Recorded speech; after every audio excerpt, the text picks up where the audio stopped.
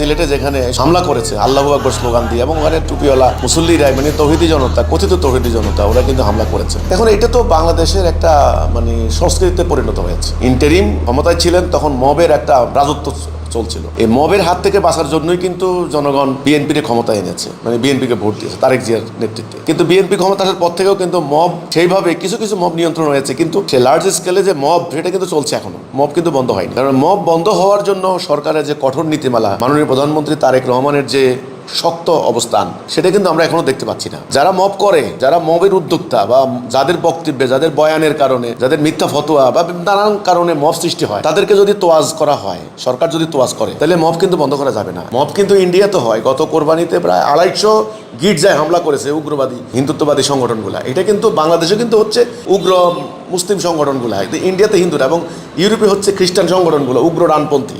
খালি বাংলাদেশে তা না, কিন্তু বাংলাদেশে আমি যেটা মনে করি যে মবের যে মূল কারণ এটা ধর্মান্ধতা, এটা উগ্রবাদ।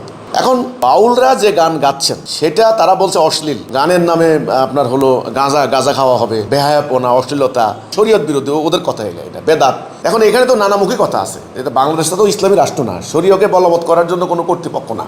যারা এগুলো করছেন তাদের উদ্দেশ্যে আমার কথা আর কি। বাংলাদেশ হলো একটা গণতান্ত্রিক সেকুলার রাষ্ট্র, রিপাবলিক যাকে বলা হয়, ডেমোক্রেটিক স্টেট। তো কাজেই এখানে ওই যে আইনের দৃষ্টিতে সবাই সমান, সবার মানবাধিকার, বাক স্বাধীনতা, ধর্ম পালনের স্বাধীনতা, সাংস্কৃতিক বিশ্বাসের লালনের স্বাধীনতা, এরা সংবিধান মোতাবেক। এখন তারা যদি এমন কিছু দেখে থাকেন তাহলে সেটা আইনের কাছে বলবেন, মামলা দিবেন। এখন 144 জারি করতে পারেন ডিসি সাহেব বা টিএনউ সাহেব, তাহলে সেটা তো আছেই ক্ষমতা। কিন্তু সেখানে বৃদ্ধাঙ্গুলি দেখিয়ে এইভাবে দলবদ্ধ হয়ে হামলা করা, ভাঙচুর করা, আমরা দেখলাম যে একেবারে সাউন্ড বাক্স হামলা করা হচ্ছে, মানে ওই যে গানের ইনস্ট্রুমেন্টগুলোকে আশ্রয়ে আশ্রয়ে ধ্বংস করা হচ্ছে। এগুলা কিন্তু সোশ্যাল মিডিয়াতে ব্যাপক যাচ্ছে এবং সবচেয়ে মারাত্মক হচ্ছে নারে তাকবীর আল্লাহু আকবার এই কথাটা বলে। তো এতে করে ইসলামের কিন্তু একটা বদনাম হচ্ছে সারা ওয়ার্ল্ডে। মানে মেসেজটা কিন্তু এটা যাচ্ছে যে মুসলমানরা কালচারাল অ্যাক্টিভিটিকে পছন্দ করে না বা সাম্প্রদায়িক উগ্র, এখানে যারা সংখ্যাগরিষ্ঠ মতবাদের বিশ্বাসী তাদের সংখ্যালঘু যারা বা তাদের মতের সাথে যাদের মিল নেই তাদেরকে তারা সহ্য করে না।